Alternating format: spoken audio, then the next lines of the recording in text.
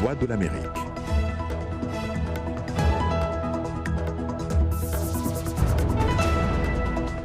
Madame, Monsieur, bonsoir. Bienvenue dans Le Monde aujourd'hui. Les titres de ce journal.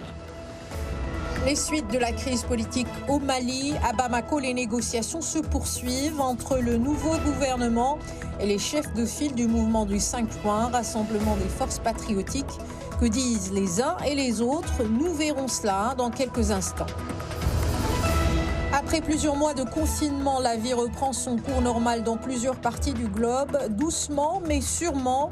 Illustration à Kinshasa, où bars et restaurants ont rouvert leurs portes au grand bonheur des Kinois. La musique africaine a le vent en poupe. En France, les rythmes et les sonorités venues du continent séduisent de plus en plus de maisons de disques. Quel est le secret de ce nouveau boom? À qui profite-t-il? Reportage à Orléans de Ilham Lecoeur.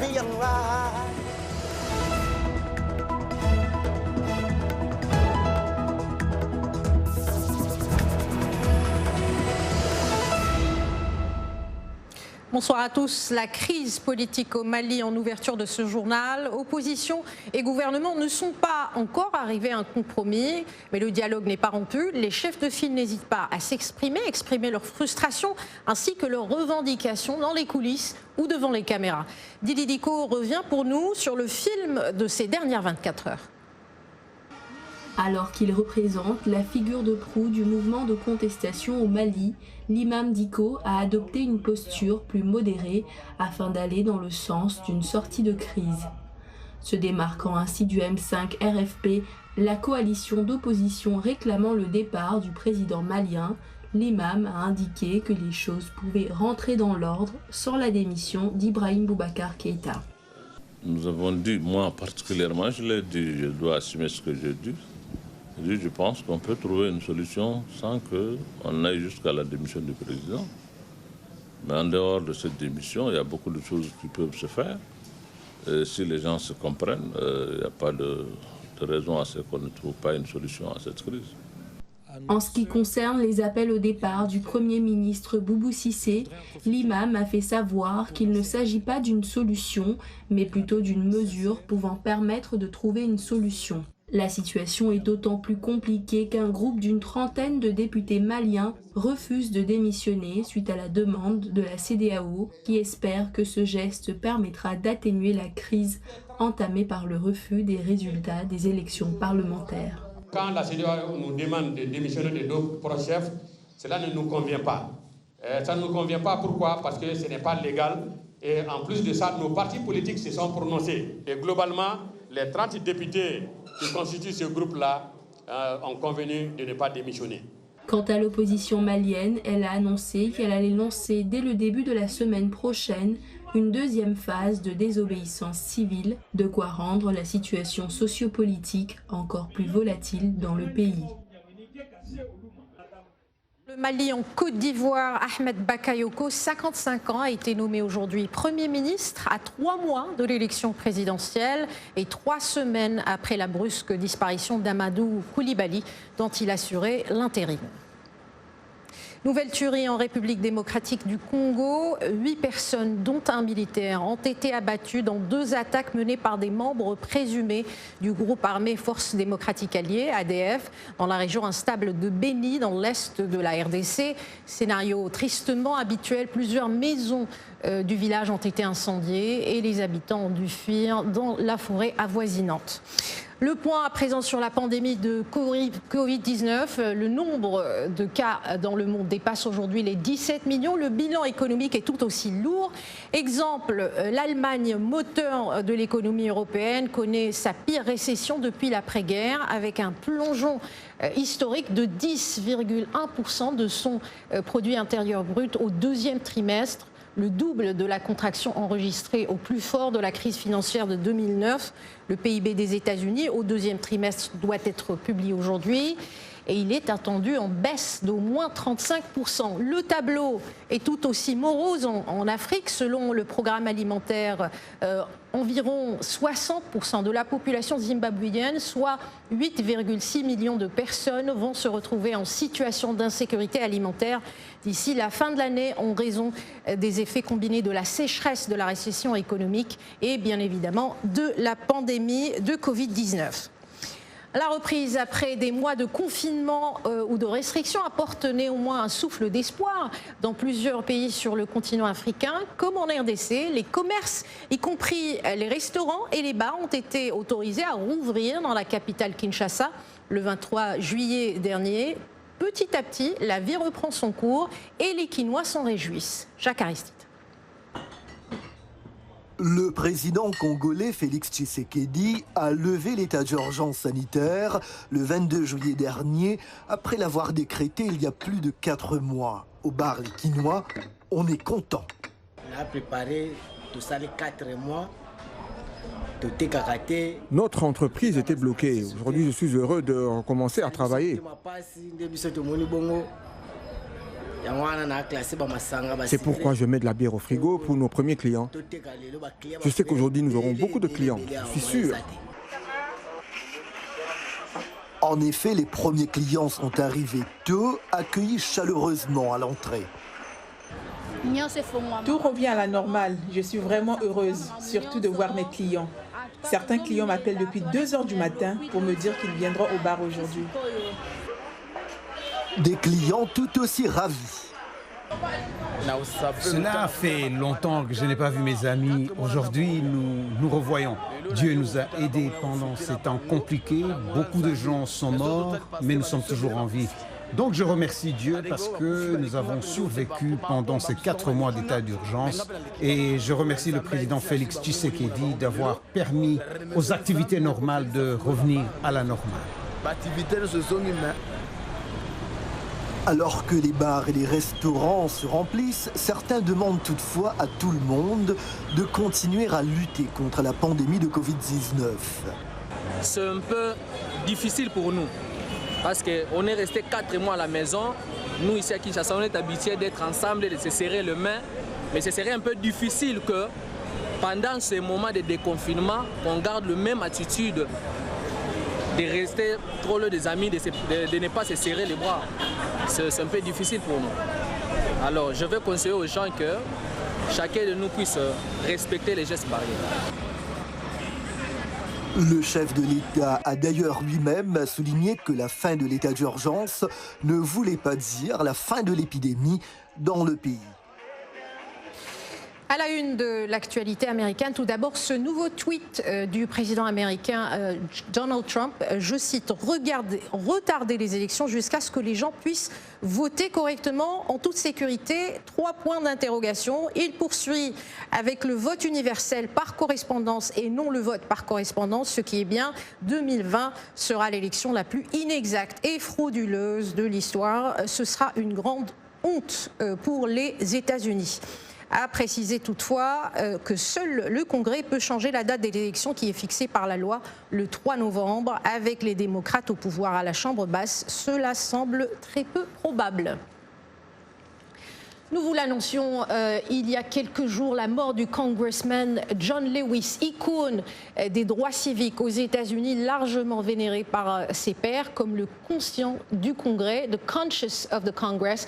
Ces funérailles ont eu lieu aujourd'hui à Atlanta, à l'église Ebenezer, où Martin Luther King Jr. était pasteur. Les hommages ont été nombreux. Je vous propose d'écouter l'ancien président George W. Bush. John Lewis always looked outward, not inward. John Lewis a toujours été altruiste, jamais égocentrique. Il a toujours pensé aux autres. Il a toujours cru qu'il faut prêcher l'Évangile en parole et en action, insistant sur le fait que la réponse à la haine et à la peur doit être l'amour et l'espoir. John Lewis croyait en Dieu, l'humanité et l'Amérique. He believed in humanity, and he believed in America. On l'appelait un saint américain, un croyant disposé à tout sacrifier jusqu'à sa vie pour témoigner de cette vérité qu'il a impulsée toute sa vie, que nous pouvons construire un monde de paix, de justice, d'harmonie, de dignité et d'amour.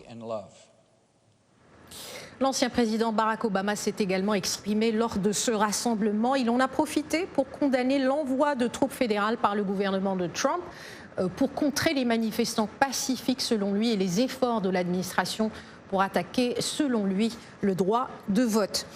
Qui sera la première dame des États-Unis à l'issue de la présidentielle de novembre? Hier, Lionel Gaiman nous avait brossé un portrait de l'épouse de Joe Biden. Et bien aujourd'hui, Jacques Aristide nous propose une biographie de l'actuelle locatrice de la Maison-Blanche, Melania Trump.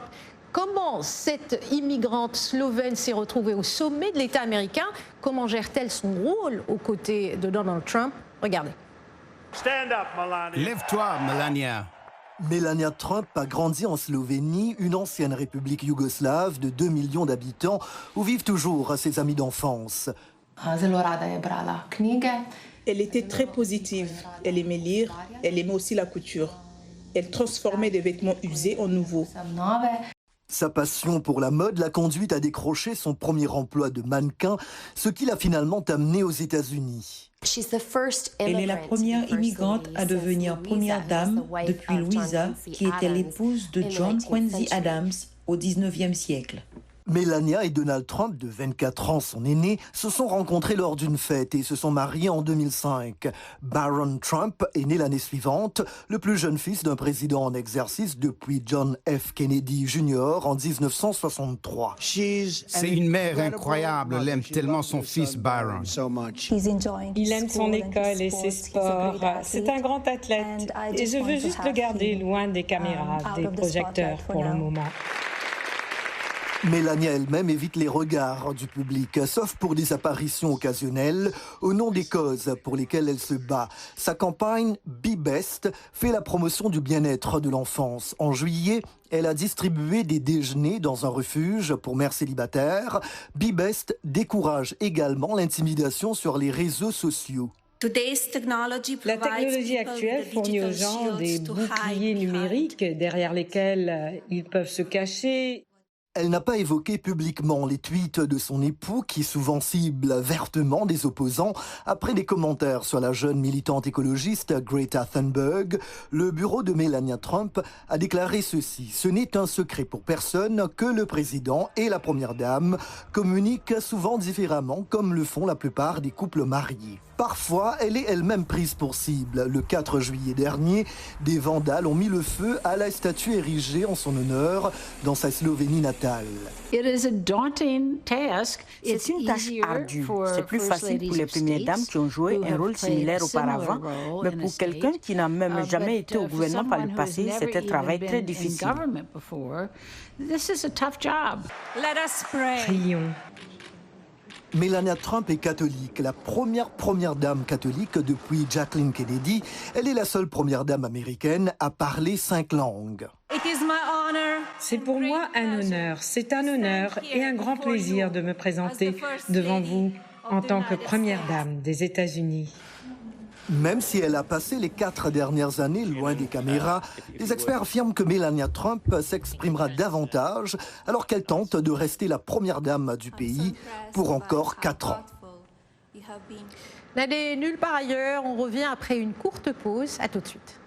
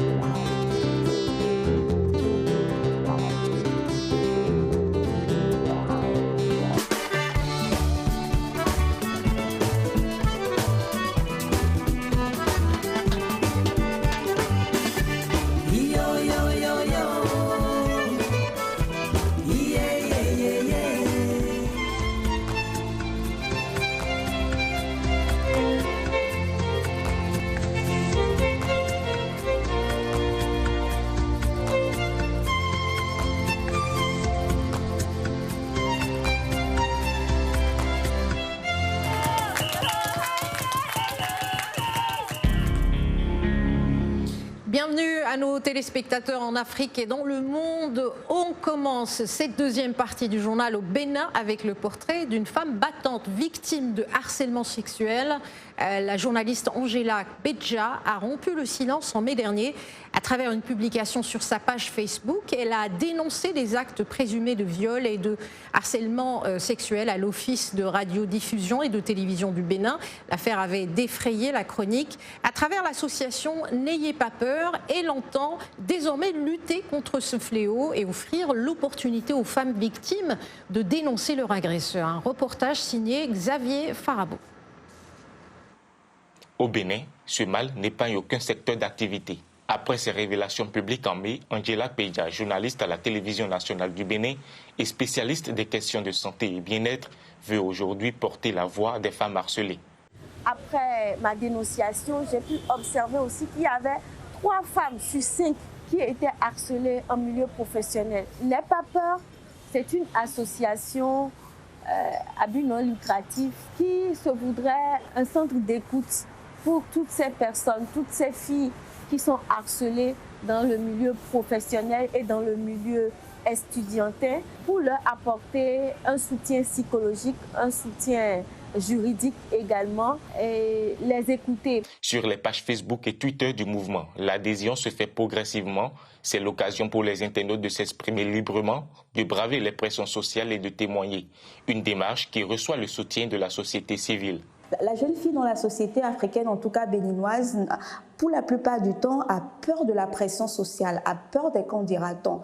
Et donc, du coup, moi, je trouve déjà vraiment salutaire qu'il y ait ce mouvement-là de n'aie pas peur aux os brisés. Il faut prier que ça ne s'essouffle pas, que ça ne se meure pas, que ça continue dans le temps. Du côté des organisations non gouvernementales œuvrant pour les droits des femmes, on se réjouit de la prise de parole d'Angela Bedja et de ses retombées positives. Même si ce n'est plus zéro harcèlement, on est sûr que le taux va diminuer. La dénonciation de Angela doit changer quelque chose et va changer quelque chose. Dans son milieu professionnel déjà, il y a déjà la situation qui a changé. Ce n'est plus les femmes maintenant qui ont peur dans ce milieu professionnel du qu'en dira-t-on des autres et du harcèlement des patrons, mais c'est maintenant les agents, les patrons de ce milieu professionnel qui vont commencer par avoir peur parce que le gouvernement a pris des décisions pour changer les choses. Début mai, après avoir reçu Angela en audience, le président Patrice Talon a condamné ces faits de harcèlement sexuel à l'ORTB. Au cours d'une séance de travail avec les responsables du média public et quelques membres de son gouvernement, il a annoncé des actions pour une meilleure protection des femmes et pour un environnement qui leur permette de braver la peur de dénoncer. Des mesures qui se font toujours attendre. La chronique santé de ce jeudi, elle est signée Mohamed Oumfa, qui s'intéresse aujourd'hui au vaccin anti-Covid. Ce jeudi, je m'intéresse une nouvelle fois au vaccin tant attendu contre le Covid-19. Précisément à la question de savoir pourquoi l'on semble si proche d'un vaccin alors que la maladie existe depuis seulement quelques mois. Il faut rappeler que le processus de développement d'un vaccin prend parfois des années. D'ailleurs, la recherche concernant certains vaccins n'a pas abouti à des résultats concluants malgré des décennies de recherche, comme c'est le cas pour la recherche d'un vaccin contre le VIH-Sida par exemple. Qu'est-ce qui fait donc la différence avec les candidats vaccins contre la maladie Covid-19 ? D'abord, l'urgence sanitaire, la dimension planétaire de la propagation du virus et le nombre de cas ne laissent d'autre choix qu'une mobilisation scientifique exceptionnelle. Les grandes puissances, à commencer par les États-Unis, sont les premiers concernés. Elles mobilisent donc les chercheurs et investissent massivement dans le développement d'un vaccin. Autre facteur, c'est le fait que des recherches sont menées depuis longtemps sur les coronavirus, au moins depuis les épidémies de SARS en 2002 et MERS en 2012.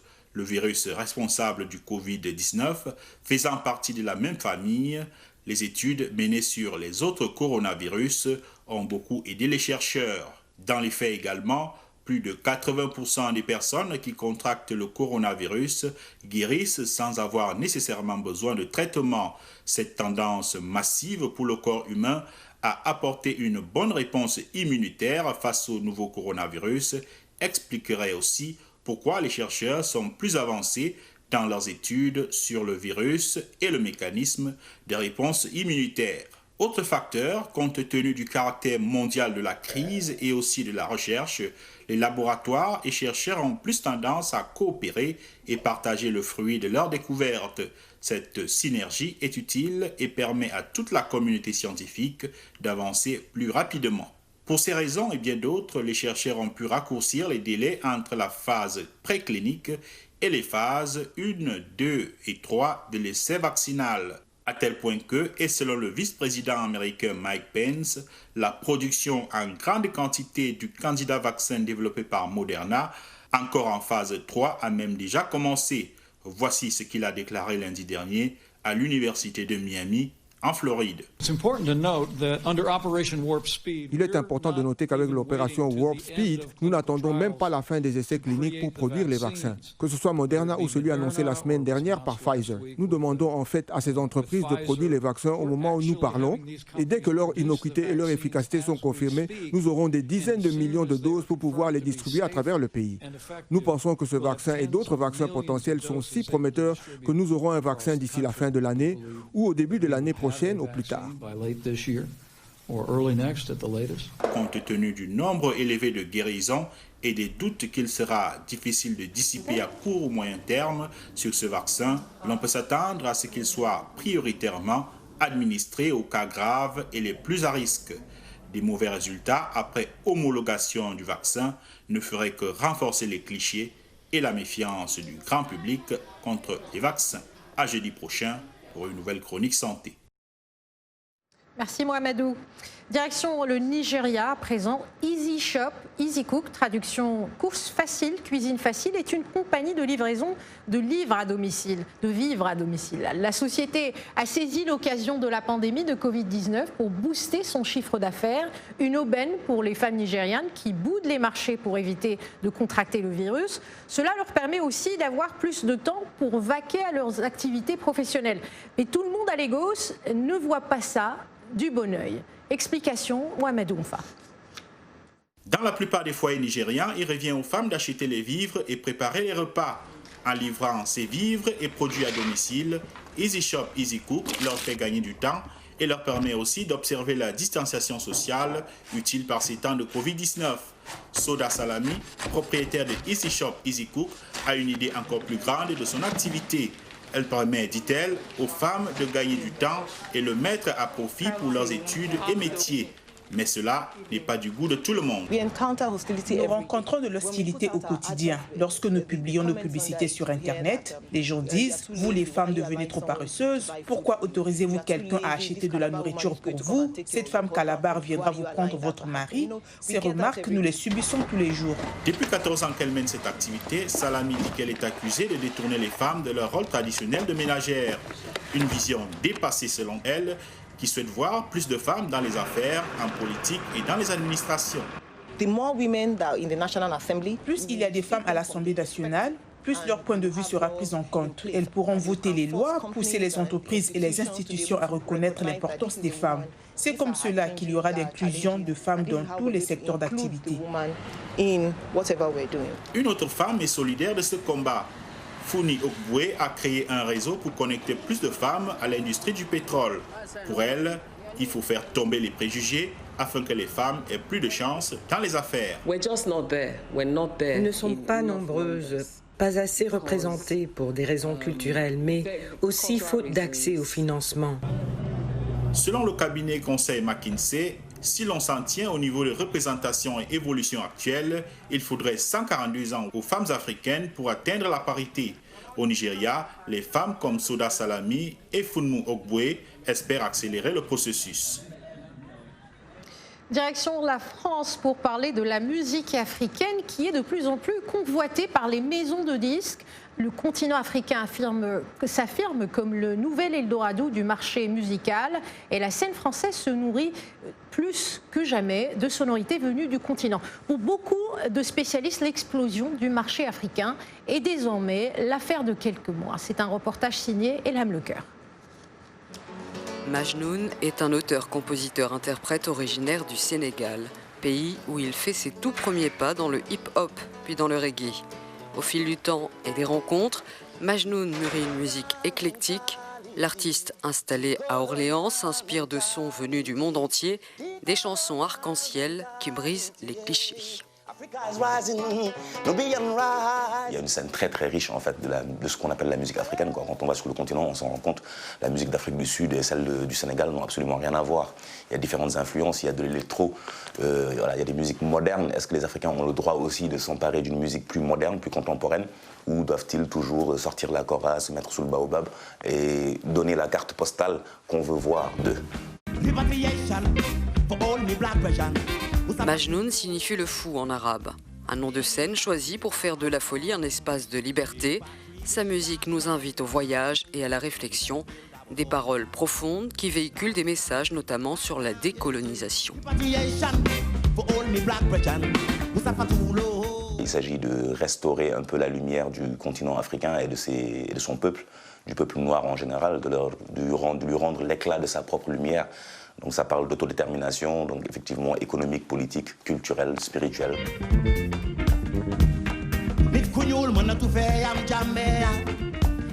Majnoun et son groupe les Black Magic Sofa Sofa préparent actuellement un deuxième album en langues africaines et en anglais, inspiré d'une grande tournée faite il y a quelques mois en Afrique de l'Ouest. Des artistes du continent actuellement très convoités par les maisons de disques en France. Il y a 6 ans, le producteur Moussa Wagué décide de se lancer sur ce marché musical au Mali. Désormais, son label Kézit compte une vingtaine de bureaux en Afrique francophone. J'ai l'impression que ça devient la nouvelle pop. Voilà, c'est-à-dire que même si on ne comprend pas, le rythme nous prend et on aime la musique africaine. Et c'est pour ça que c'est en train de prendre le monde actuellement. Pour moi, c'est la nouvelle pop, la musique africaine. C'est plus classé dans la world music. C'est vraiment ce qui est en train de donner le là. C'est en train de s'implanter dans tous les styles musicaux. On voit de grands artistes qui s'inspirent beaucoup de la musique africaine, qui puisent beaucoup dedans. On va voir Beyoncé qui s'en inspire beaucoup et d'autres gros artistes qui vont ajouter une mélodie, une kora par ici, d'autres instruments par là.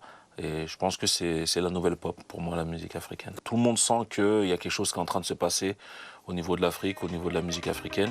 Je pense qu'on est loin encore de l'apogée, mais que ça va être quelque chose d'immense dans quelques années.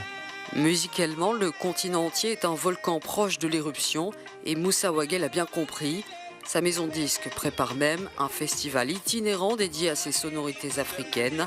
Des concerts attendus dans 20 pays du continent avant de s'exporter en Europe et aux États-Unis. Elam Le Cœur pour VOA Afrique, Orléans et Paris. On se quitte avec ces images de la plage espagnole de Chipiona, parfaite illustration de la distanciation sociale. La police locale a partagé la vidéo sur les réseaux sociaux, remerciant les baigneurs d'avoir agi de manière responsable. Vous le voyez sur les images, un exemple à suivre. L'Espagne, je vous le rappelle, a enregistré plus de 300 000 cas de Covid-19, mais les taux d'infection ont grimpé depuis la fin d'un verrouillage national en juin. Voilà, c'est la fin de ce journal. Merci de votre attention. Je vous retrouve avec plaisir demain, même lieu, même heure. Très bonne soirée.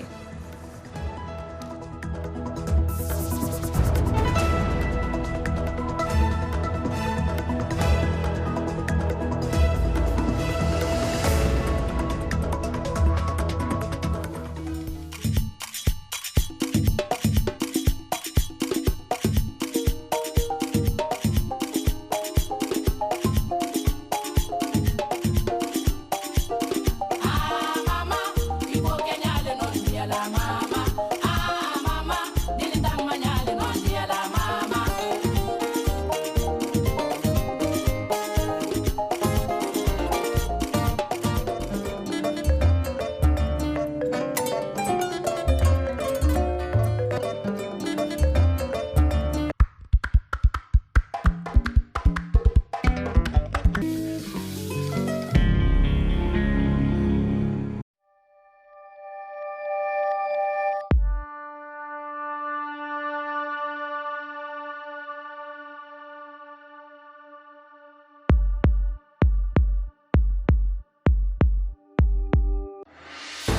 Unplugged In, amid